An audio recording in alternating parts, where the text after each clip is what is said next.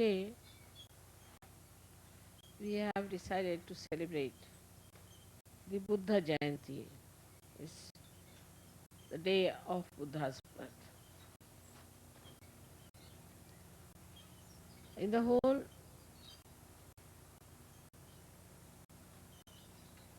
map of time, Buddha came to this earth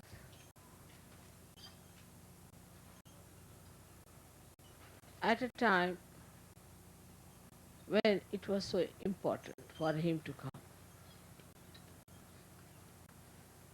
That time, especially in India, we had two types of people.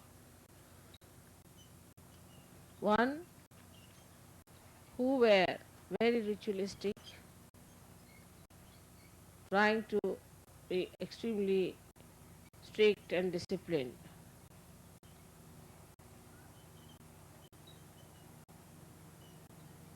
And the another were the people who were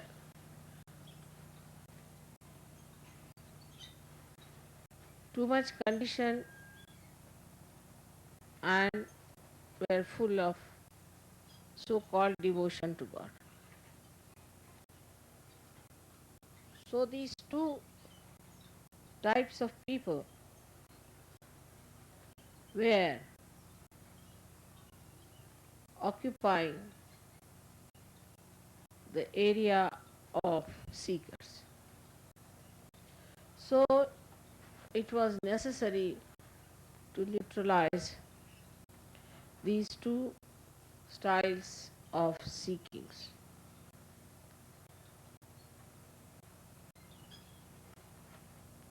Buddha and Mahavira are in essence supported by Hanumana and Bhairava. That is, as you know, Gabriel and Saint Michael. The principle that took birth is the principle of a disciple. And this principle was born much earlier as the two sons of Sri Rama. This principle was brought on this earth and incarnated. One to conquer the ego of human being. Another one to conquer the superego of human being.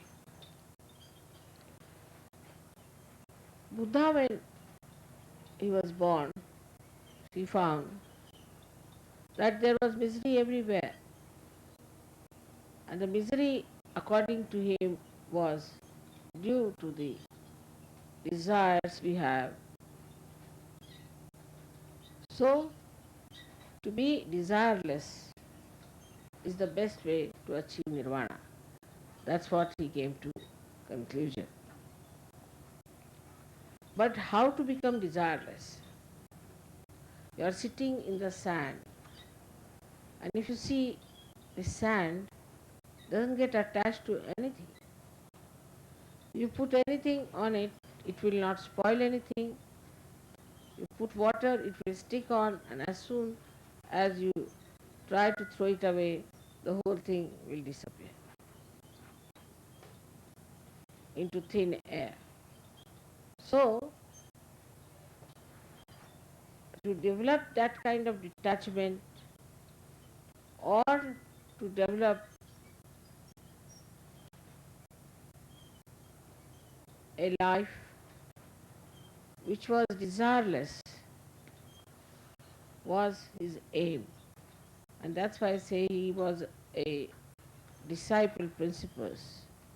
So the disciple principle has to find out the way and method. While the Guru principle are the people who have already found out. Because he has to create a way and path. So he studied all kinds of books, went to many places, He read Upanishads.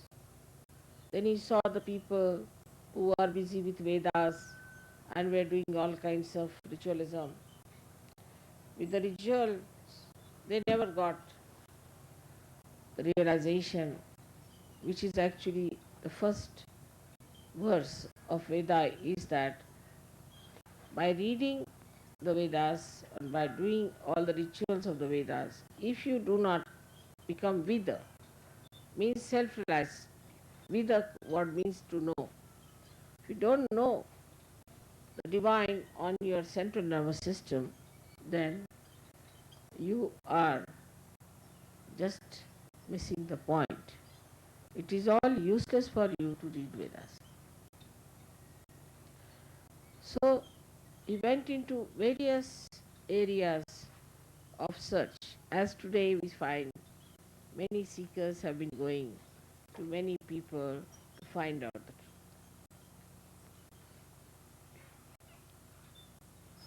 And he was tired, very tired. He thought all his seeking, all his working hard, all his efforts, everything has just made him tired. And he thought it was all fruitless. So he was lying under a banyan tree. And there the Adi Shakti gave him realization. When all your searches are over, people search in money, in power, in love, and all kinds of things. Ultimately, people start searching in various groups, cults, gurus, all kinds of things. Drugs, alcohols, whichever way are possible, they try to search. But when human beings try to search something, then in their movement they either go to the left or to the right. And he being such an ardent seeker and such a truthful seeker, he could see very clearly that this is not the path of going left or right. But there has to be some ascent, but how to achieve it? Who is going to give him self-realization? All that tiredness, he laid down himself under a tree and suddenly he got his realization.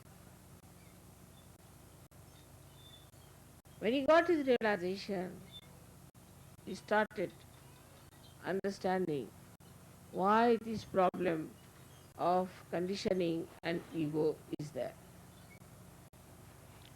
He found out one thing, that people when they read too much and try to understand through ritualism God, then they develop their ego. The other side, he found out that when people just with some desires go on praying to God, give me this, give me that, they become mad. And when he realized it, then only at that moment when he was tired, he got his realization. This is exactly what is happening today in the modern times. That those who were seekers have been seeking the divine on the left and right hand side. Nowadays they are jogging. I don't know what they are going to achieve through jogging. They are jogging like mad. Then they are ardent Christians, ardent Muslims, fighting the whole world for their religion, for their God, for in the name of Muhammad Sahib, in the name of Krishna, in the name of everything. Then they think their religion is in danger. I mean, it is not. Neither the prophets nor the incarnations, nobody is in danger. Not at all. How can they be? And no religion, if it is true religion, can be in danger. But this he only realized after his realization.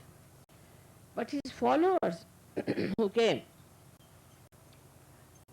did not see the point that ultimately it is self-realization is talking. Actually took all the care to see that people should get their self-realization first, then anything else. First of all, he said, you are not going to worship me. As you know, we don't allow people to come for my puja unless and until they are fully established in such. So he first said that you should be fully established in your self-realization. That's all. He would not talk about God. Because once you start talking about God, then he saw all these horrible religions coming up in the name of God. When I first came to America, you'll be surprised, I did not talk of God. I did not talk of bhoots. I did not talk of any religion. I just talked about self-realization. The reason was I thought, if you get your self-realization, then you'll understand the rest of it. But no use talking to you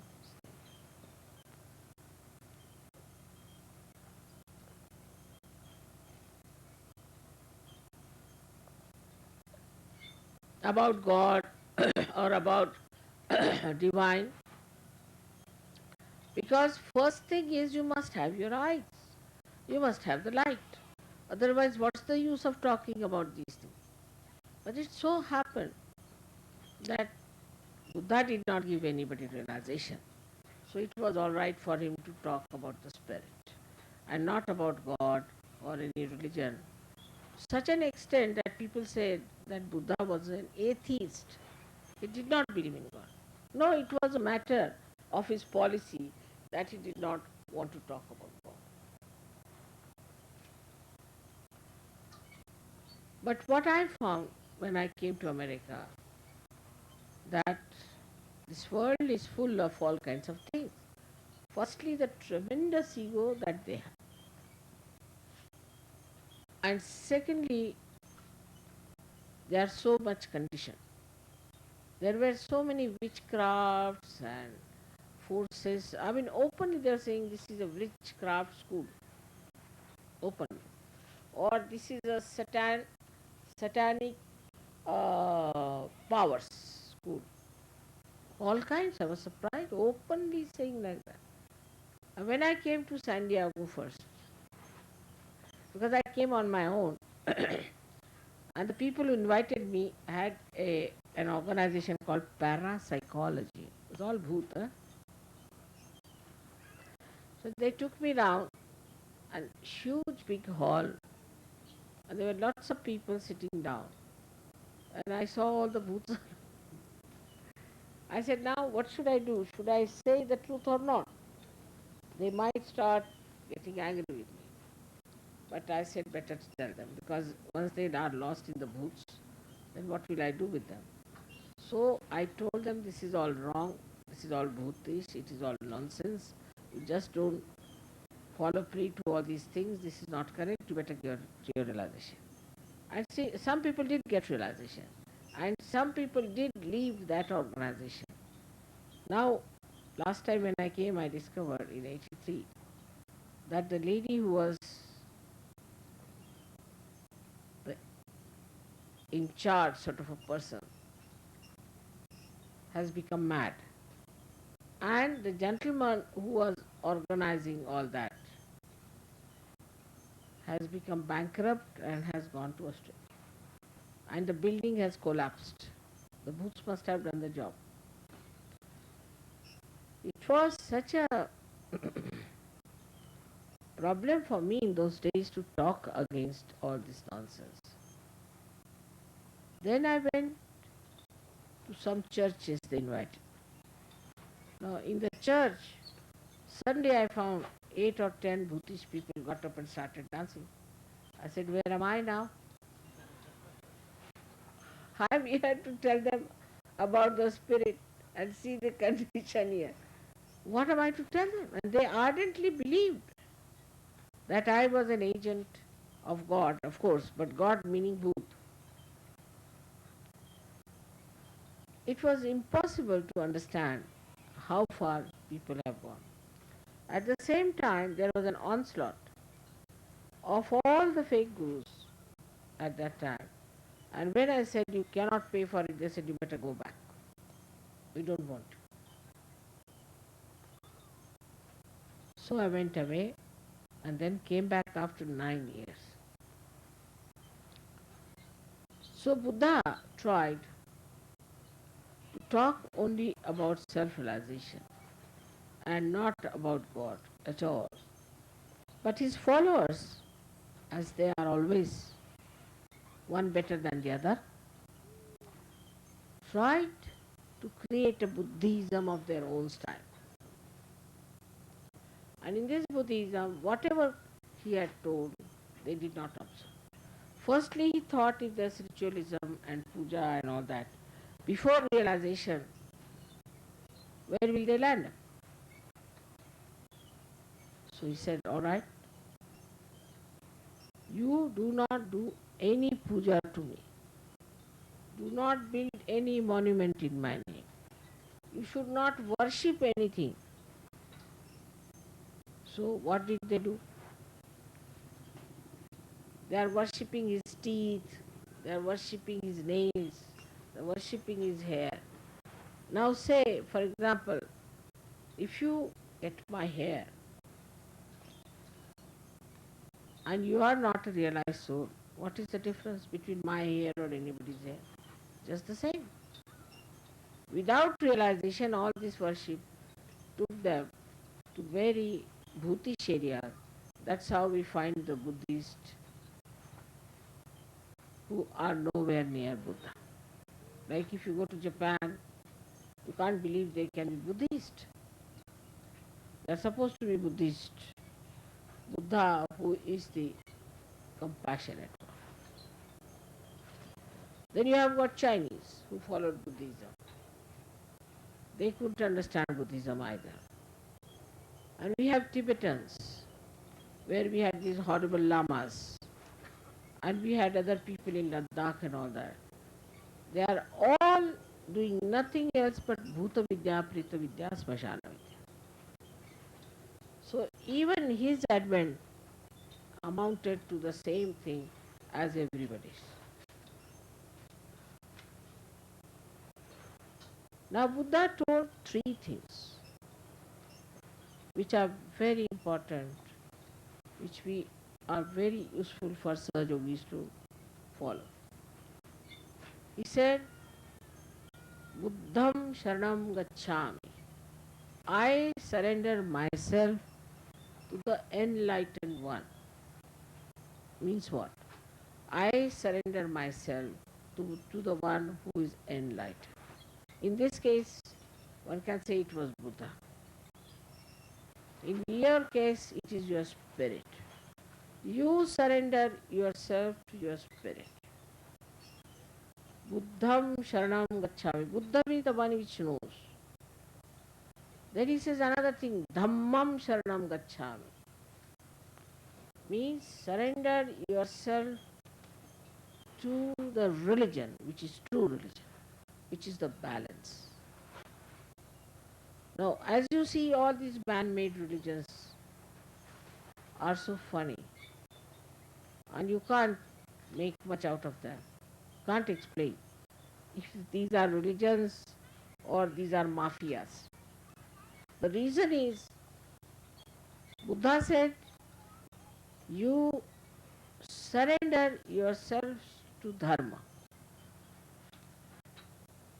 So the Buddhist thought surrender to dharma means what you have to do is to become like Buddhist, means wear a dress like a Buddhist, like Buddha used to wear.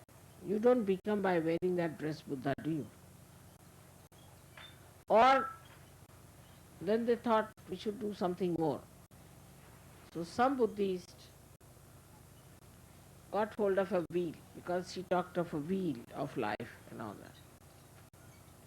Absolutely, I should say, very unintelligent way of understanding Buddha. And they would go on, you see, moving that wheel like mad. You can't talk to them. You say, now, where is that road? Buddha. How do we go there? Everything has an answer. So I said, please answer me.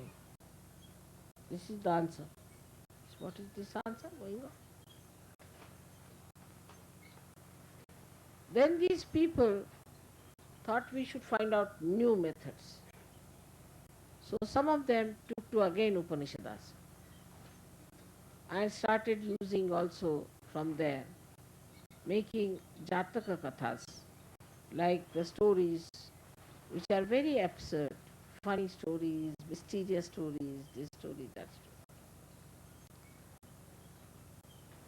At the same time, Hinduism took another funny role, and they had a big assault of Tantrikas. And when the Tantrikas came in, they brought all kinds of ugly, horrible things in the, say, about the 6th century it started. And a complete belt starting beyond Calcutta going towards Dwarika. Complete belt got involved into Tantrism. So the same Buddhists later on followed the same Tantric method.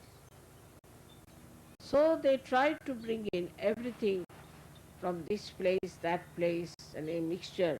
So now if you ask now, what's your religion? It's I'm Buddhist. What Buddhist? Hinayan, Yunan, uh, I'm Zen, this, that, all kinds of Buddhism is there. It's impossible to understand really where is Buddhism there. So what do these do? One will shave their hair, one will shave the moustache, another will this kind of a dress. This is the only difference between from one to another. But the common point is that they are all cheats, they all can deceive you, they can tell lies without feeling funny, they are very sly, very cunning and suicidal, they can be very violent, and the only desire they have is to kill everybody who comes across. This is where Buddhism has ended up. So now we are face to face with Buddha. But what he talked about was a spontaneous happening of self-realization. And he said, you prepare yourself. All the time he said, you prepare yourself for self-realization and try to watch everything without desire. This was just preparation for Sahaja Yoga he was talking about. But as you see, all the Buddhists today, if you see them, you'll be amazed that they are neither here nor there. You just don't know how to place them, how to understand them, how to make them feel what Buddha taught or Zen's taught. They are not in a condition to understand anything. It's like, you see, the brain of a person who is having all kinds of thoughts, like all the pebbles in one little pot, making noise. God knows which one is making which noise. And that's why today you find here is one Lama who was a guru of Hitler. Imagine. Hitler's guru was Lama. Now this Mr. Lama is going round the whole world with his wrinkles which can be counted one by one and asking for money. Why does he want money for? He is the one who ran away from Tibet, from Lhasa. And while running away, he carried such a lot of gold with him that he could not carry. So half of it he dropped it in the river, and with the half of it he reached India. With the half of it already, he has made a huge big Buddha of gold. He has too much gold with him. And the rest of the gold that was salvaged was taken to Russia, where I have, to China, where I have seen it myself, amazed. He had gold beer mugs, what you call them, the huge big things like that, real gold, and such big plates of real gold for eating food. Imagine, Buddha talked of detachment, and they had everything in gold or silver of a very expensive quality. If you see their clothes and all that, you'll be amazed. Though they wore all those things as robes of renunciation, but whenever they sat in their own courtyard, courts and things like that, inside all that they wore, inside wore all those dresses which were very heavily done with real gold, with pearls and things. Because I've seen with my own eyes, I was amazed. So it is like somebody who says, "Oh, I must get detached, now I'm going to the seashore. I'm going to sit there and meditate." There he goes and makes a compound round himself. So ask him why you made a compound. Maybe thieves might come in. I mean, you are detached, what does it matter? If a thief comes, he'll take you away, so what? You are there. Doesn't matter, you can go with the thief, you can go with anyone. Why are you worried about the thief if you are detached? No, you see, I'm also worried that there might be pickpockets. So why are you worried about pickpockets? Because maybe I have some money with me here, and I have my bank account, and I have my other things with me. So I'm rather worried. See that the thief might come. So why do you talk of detachment? Why do you talk of sannyasa? So this kind of a nonsensical sannyasa started after Buddha died, which was so very shocking. This led people to think that you can wear any time an orange dress and then you are a sannyasi. If you wear an orange dress, you become Buddha and you become a detached personality. Now you can announce to the whole world that I am a detached personality. And what is your background? Nothing. I just was born out of this Mother Earth and sitting here nicely like Buddha.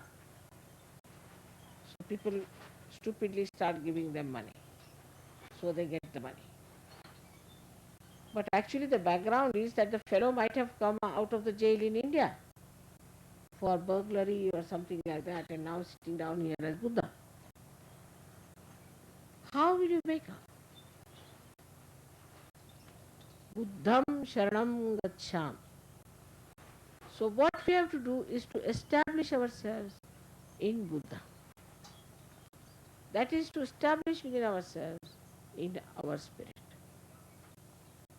Unless and until we are established in our spirit, we cannot understand the intricacies of all the ignorance that we have around. So the best way to understand Sahaja Yoga is to establish yourself in the spirit. But those who are not intelligent, those who are stupid, those who are selfish and greedy, do not see this point. And they do not like it if a leader tells them that you must establish in Sahaja Yoga, that you should have your spirit manifesting. They don't want to listen to that. They want to be in the group of Sahaja Yogis because they don't want to be lonely. They would like to sing songs, music, everything in Sahaja Yoga because they want somewhere to fit in. Because they want an identity, they call themselves Sahaja Yogi. But this identity is a false identity. You have to be identified with your spirit. That is the part is Buddham Sharanam Gaccham. The second is Dhammam Sharanam Gaccham. What is Dhammam is Dharma. What is our Dharma is Vishwa Nirmal Dharma. That means now we have become universal beings. We are no more Indians No more Africans, no more English, no more French. We all have become now Sahaji Yogis who are the citizens of kingdom of God. We have no other identification. This is our dharma. We are a, now leading a universal life. But Sahajogis are not like that. Still, so many of them still identify themselves with some localized stuff. Now, when we think of universality, we have to understand that's not only the religion or a country that separates us, but also a kind of equality. For example, if there are people who are Rajogunis, who are very active, right-sided people, they'll combine together. They may fight later, but they combine. Then the people who are left-sided will combine together.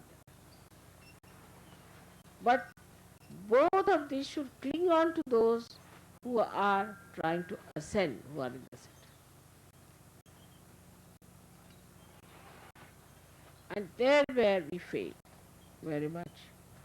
Our associations and our understandings of each other is deluded by our ignorance, and we cannot understand who is for our ascent and who is for our benevolence.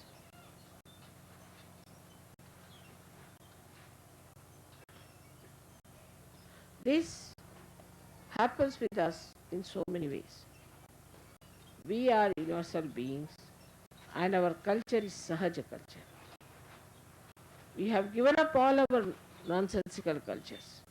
In every religion, in every country, we have seen the nonsense of our culture.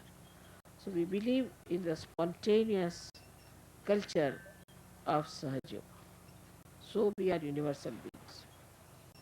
And in this state of being universal being, you have to develop your collective consciousness. As first one is for individual, Buddham Sharanam Gacchami. I surrender myself to Buddha. The second one is the one I surrender myself to the collective, in the sense into the dharma, the essence of the collective. Now, what is the essence of our collective? What binds us together is Vishwa Nirmal Dharma, the pure religion of the universe. So, once you understand that this is the thing that binds you to each other, you must understand how important it is to keep to Vishwa Nirmal Dharma. In so many ways, I've been able to tell you what is Vishwa Nirmal Dharma. So, we have to understand the full content of the dharma that we are following, and also to reflect it back to see, are we really following this religion? But in falsehood, I have seen like somebody is a Christian. Every Sunday he'll get up, dress up nicely, go to the church, get up 3 times, 4 times, sing songs, this thing, do everything, pay the money to the priest, pay to the church, pay to that, and then he thinks he has done the job. Very religiously he'll go and confess. Muslims very religiously will do some things which we cannot really understand. As in, I was told that people try to crucify themselves as a drama, of course, but they do it just to protect Christianity, I think, and to crucify God knows what. Then there are people in India who are following Hinduism. And the first principle, the basic principle of Hinduism, that there is spirit in everyone. So how can you have caste and subcaste and this and that? If everybody has the spirit, you can't have caste, subcaste, You cannot have division like that. So what we find in every religion, there are problematic things. But once you come to this pure religion, then you see the essence of it. And the essence of it is that we are all spirit and we are all related to each other. We are part and parcel of the whole. So you go to the collective. So at the end he said, Sangham Sharanam Gachan. This is a very important one.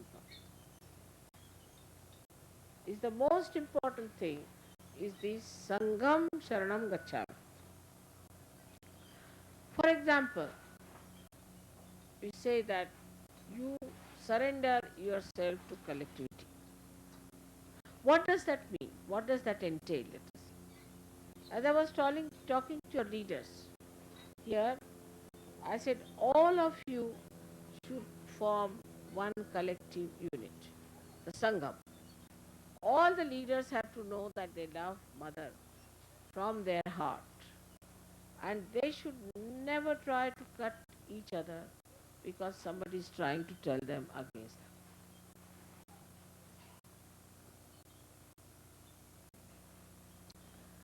They should have love for each other. For example, there's one Mr. X who is the leader. Now a negative force incarnates and comes and tells the leader that see the other leader is my supporter. So this fellow has a bad feeling, the another leader has another bad feeling. This is going against Sangha. First the Sangha of the collectivity of the leaders has to be fully appreciated. I enjoy the way when all these leaders meet and beat each other nicely and enjoy each other, pull each other's legs and love each other and patronize the younger ones and look after. That's the beginning of Sangha. If the leaders are not in Sangha, what other Sangha we can form? So the first Sangha of the leaders is there. All those who try to break that Sangha must know that they are negative people and they are going to stab us. Anybody who tries that, we should be very careful. The second Sangha, collectivity, is among the surgeons. Now we are not, as I told you, Indians or we are not English or Americans or anything. So we should not form groups. What you will find always, if there are 5 Americans, they'll stick on to each other as if they have been glued and they can't move away from each other. All of them will be together. If there are Indians, they'll stick on together. If there are other kind, they'll all stick on together. Now we are no more that. It's finished. So what is there to glue to each other? But it happens. We always glue to each other. I don't know why. What is the need to do that? And very commonly we see that in India people are behaving in a very funny manner. Last year I did not know, but people told me that some group came and they were all the time saying, we are great nation, we are great nation. They are not such yogis. Our nation is kingdom of God and our king is God Almighty. And we have no other king and no other nation. If you cannot transcend those barriers of stupid limitations, you cannot become such. But this is in a very gross way. But in a very subtle way, I see a lady who is catching or who has bada will immediately crawl into another one. Somehow, she may belong to any country, doesn't matter. See, a Bhutish woman, say, coming from India, will crawl up to another one in Australia, straightforward march. Just start watching where is she going. Oh God, that's it. So the Bhuts are very collective, a big fraternity, great fraternity. If they see somebody who is possessed, this bhutish person will immediately go to that. It is very surprising that the bhuts are so collective. Apart from that, they know me very well. They understand me very well. Even a little child, if he's caught up, he will start crying before me, shaking before me, not coming before me. But when they are realized, they don't understand. And moreover, they don't understand a simple principle that we are now possessed by our own spirit and we are one. So they should stick on more to the person who is a spiritually evolved personality. But instead of that, for them some third rater, something is much more important than a person who is such a highly developed person. This is where we fail in our collective. A very subtle method of these negative people, just finding out how to form a big formidable group to attack us. With that, you lose your vibrations. Once you lose your vibrations, then you say, oh, this is too much. We must have compassion. We must have love. After all, we are all Sahajogis. So, is the compassion and love of Bhuts among themselves. They are talking of compassion to each other. Even with me, they said, Mother, you have to be kind. I said, are you more compassionate than me that you are teaching me? If I am saying anything to this lady, taking all my breath and all my energy on her, then I am doing it for her benevolence.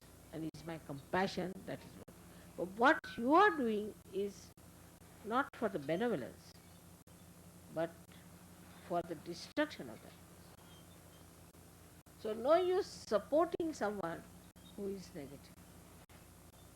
Many negative persons who have been asked to get out Sahaja Yoga sometimes create this problem of coming, oh mother, I'm so good, but they tortured me, they troubled me so much. Now I'm seeing a bhoot in the person. I can clear this. I can see the negativity. But if you do not see, you will immediately start taking sides. Oh God, look at this, poor thing is tortured. You lose your vibrations, you won't be able to find out. So don't come under the spell of these murmuring souls, as Christ has called. He said murmuring souls are the greatest danger. That I have seen in surgery. Those who murmur, talk at the back, go on complaining, are the greatest danger to Sahaja Yoga and ultimately to themselves, because they will be found out. So this is the another situation into which we are not collective.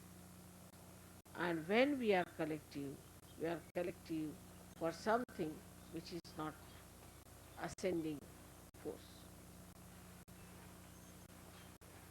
It is something surprising. How we see people in this world are inviting their destruction.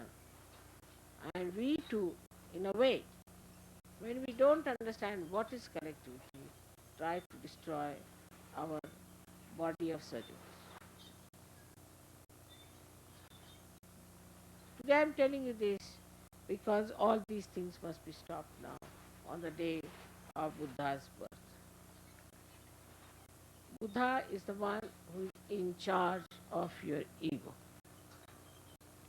If you go beyond Buddha and start showing off too much, then he pushes your ego into your left Vishuddhi. So you develop your left Vishuddhi. And when you develop your left Vishuddhi, what happens? That you start feeling guilty, meaning you do not want to face the situation at all, but you say, oh, I am very guilty, man. I have killed you, all right. I have killed you. I am feeling guilty. we never face the situation. This is the ego which goes into the left and creates this problem of left vision. It's not by any chance your style of bearing up things or you are being suppressed, but no, you have been oppressing others, you have been egoistical, and it has been so much that it has gone into the left vision.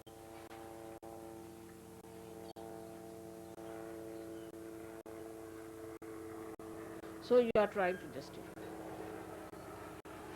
Now I would suggest that if you really want to understand Sahaja Yoga, first try to understand yourself. Then you see, where is my mind going now? Some ladies who are used to say gossip, they come to Sahaja. They're all right. But sometimes that thing comes, let's go and gossip about this lady. They'll just get up, walk on to another one who must have been gossip for in last life maybe. So go and talk to that person and tell something against that person. Then they find out another gossiper or they get another gossiper. Now what I find is three great Sahaja Yoginis are sitting and gossiping there. I said, what are you talking? Oh no, mother, we were discussing Sahaja Yoga. I said, really? Discussing Sahaja Yogis is never discussion on Sahaja Yoga. If you are discussing people, you are not discussing Sahaja Yoga. Discussing Sahaja Yoga has nothing to do with human being or with realized source.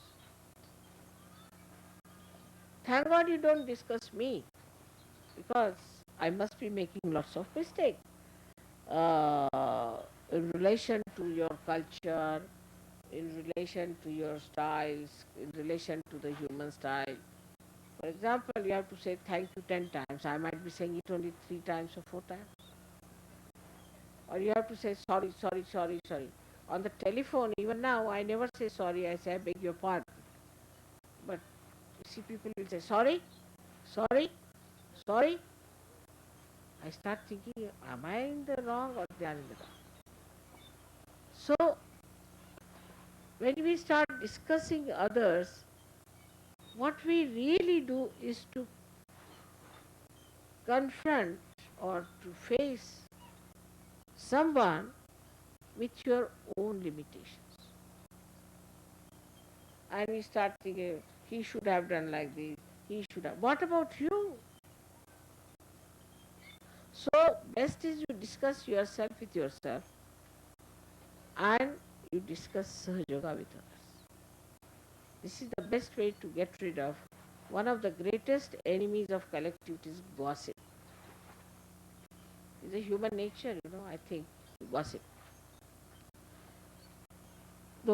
Another horrible thing we have, which Buddha has tried to control, is a very subtle type of aggressiveness. That one of the games I play is of making somebody a leader. It's a game. Please remember. Even if I tell you I'm Mahamaya, you forget it. Even if I tell you I'm playing a game, still you forget it. You become so seriously leaders, you see. There's nothing to feel that you are leaders. There's nothing like leaders. There's nothing like that in surgery. But then I play some. Now I had a mind to praise people today for yesterday's program. The way it was arranged, it was done beautifully, so many people came. It's remarkable. But then I was thinking, should I say or not? If I say next time, God knows what I will see. So encouraging like this, will it help or not? So I have been still discreet about it. Of course, I must say, yesterday's program was very remarkable, and we must really give a hand to them and to the leader, our Karan.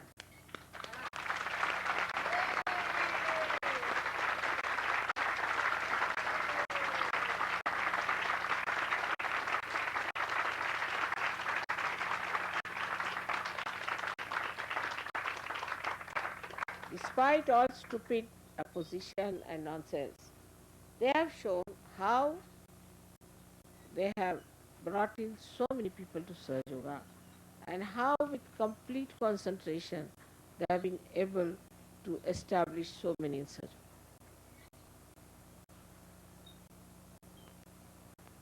So it is for you to learn from it that despite all problems and anything, without feeling bad about it, just see that you move like a big elephant towards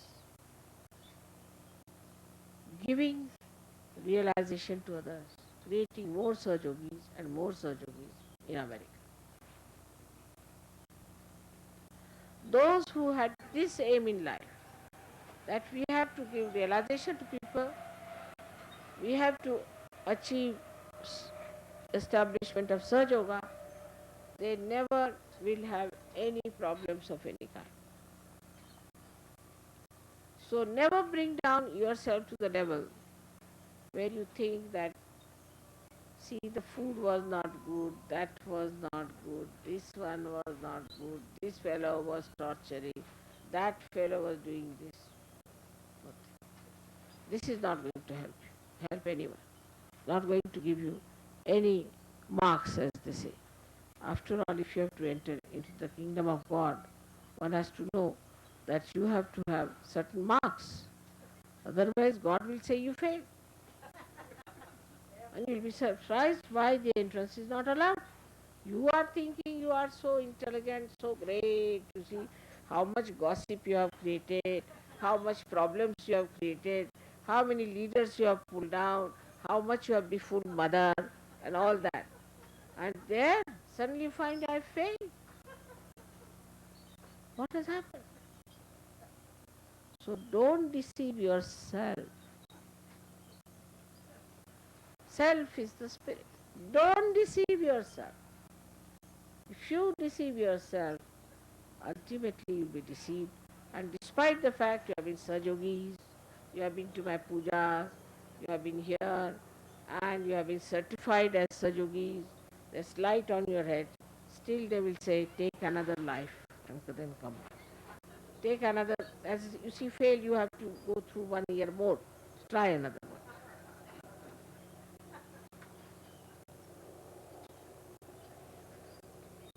So the easiest way to be a good Sajogi is not to deceive yourself. Watch yourself. Where is this mind going? What am I thinking? What is my mind working now? Can I, this man is coming, can I give him realization? Should I start talking to him about Sajoga? Sitting in the train, watch a person. This is all right. Let's manage this fellow. All the time, you have to catch human beings like fishes are caught. I have taught you how to do it. To go on catching them one by one and create a greater collectivity. If your attention is on that, then I will say you have acted like Buddha. Because Buddha just did that. From everywhere he collected people, told them to follow a path of detachment, and he asked them to wear clothes and things which are for detachment, and he asked that you should detach yourself from your families, everything.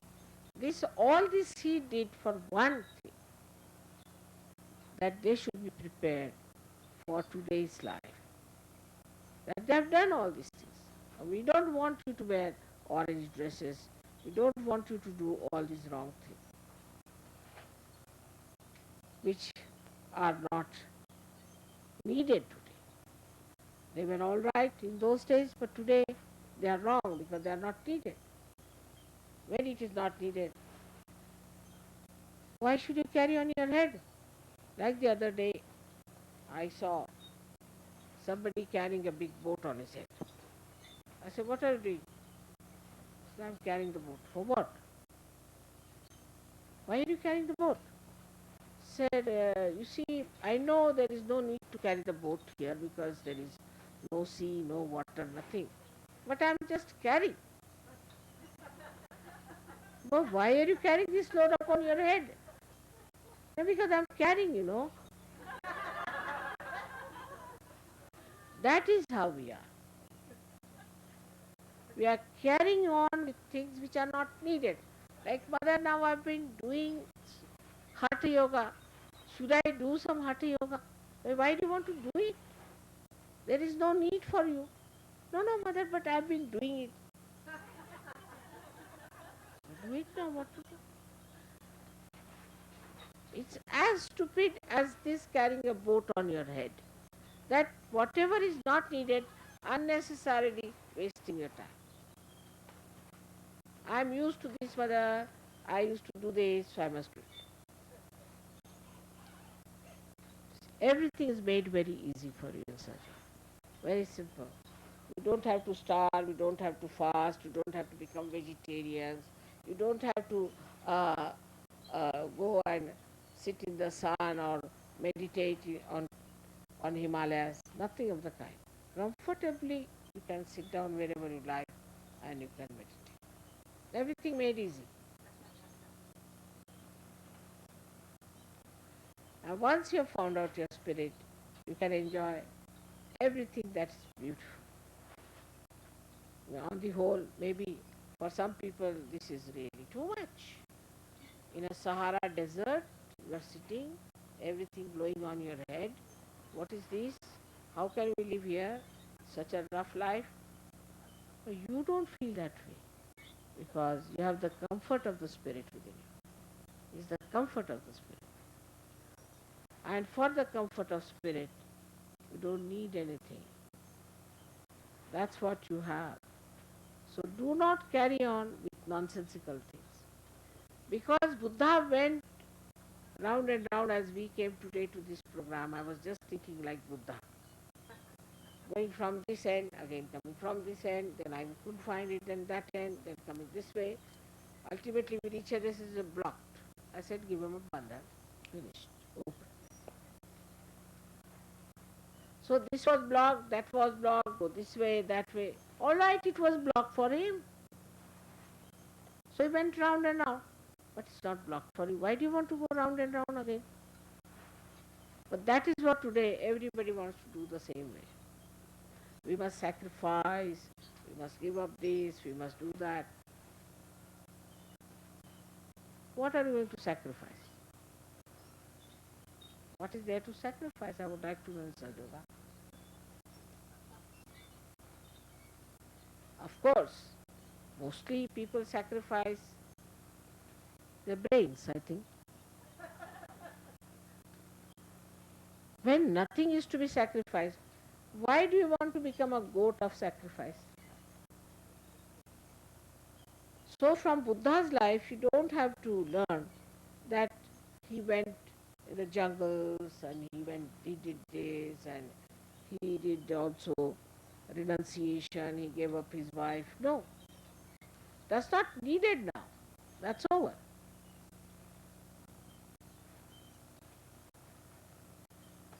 This is where we fail and we cannot explain to people that those who say, but we must have renunciation. Renunciation we have from within, like the sand as I told.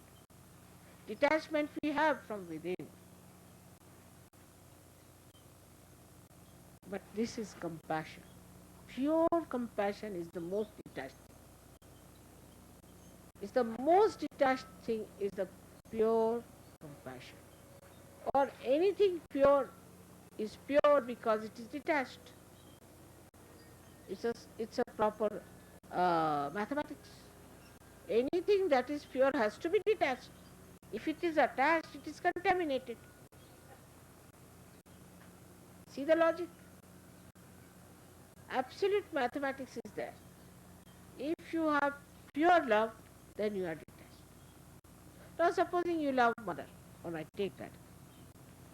Now you have, say, pure love for her. Then you won't get angry if I don't come to your house.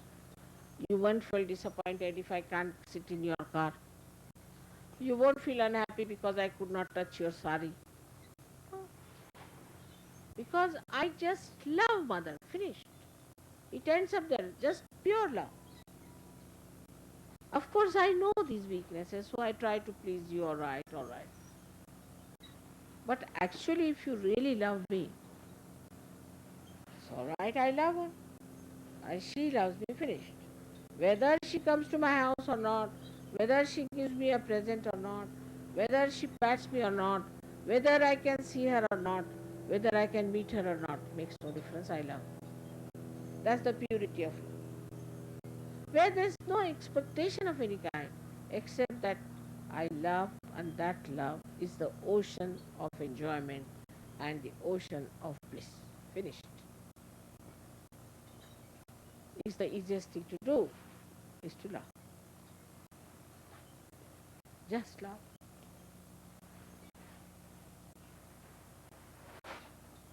How your heart is like an ocean. I just love. The sea is not attached to any shore. When it has to come, it comes out. When it has to go back, it goes. When it has to give water for the rain, it gives. The water goes as the clouds are formed, then the water falls as rain. Again, it comes back to the sea. It doesn't stop anywhere. In the same way, if we just think, is the feeling I have that I love mother, what a feeling it is. That should be the end of everything. Absolutely. I feel the same way. Otherwise, I would be feeling every day guilty. Oh, I didn't smile at that. I didn't give present to this one. I should have brought something special for that person. I was late for the program.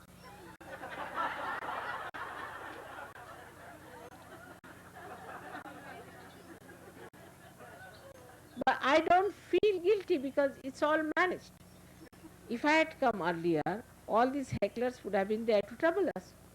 So all the horrible people disappeared and we had the right people. Then I sat down through. I didn't say I'm going back. There is no need to be nervous. If mother is late, there must be some plan. If she is early, there must be some plan. If she is going by this plane and not by the other, there must be some plan. Not to doubt it. If she is doing something, must be some plan. Mother has her own plans. It's a nice idea to think like that. She has her own plans. Once you start feeling that way, such security and such beautiful peace will spread in your being and you will be quite satisfied. Now everybody brings food for me. Look at that. When I see that, I get a fried baba.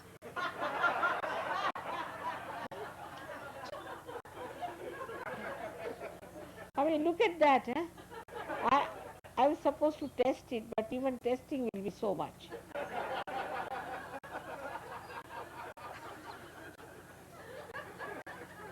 But I have to eat. Because if I don't touch one of them, then they will think, why didn't mother touch? Must be something.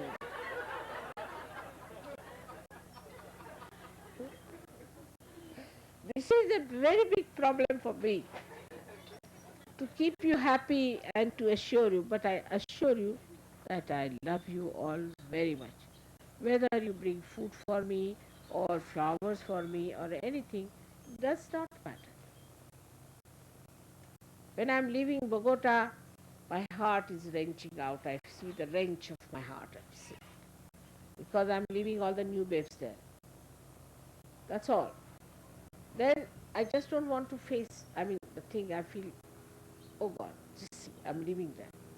But because I love them. So I see, because I love them, I feel it. It's all right. Even this pain is all right because I love them. I enjoy that pain because I love them. then I come here and see all of you standing at the airport. Whole thing is fulfilled again.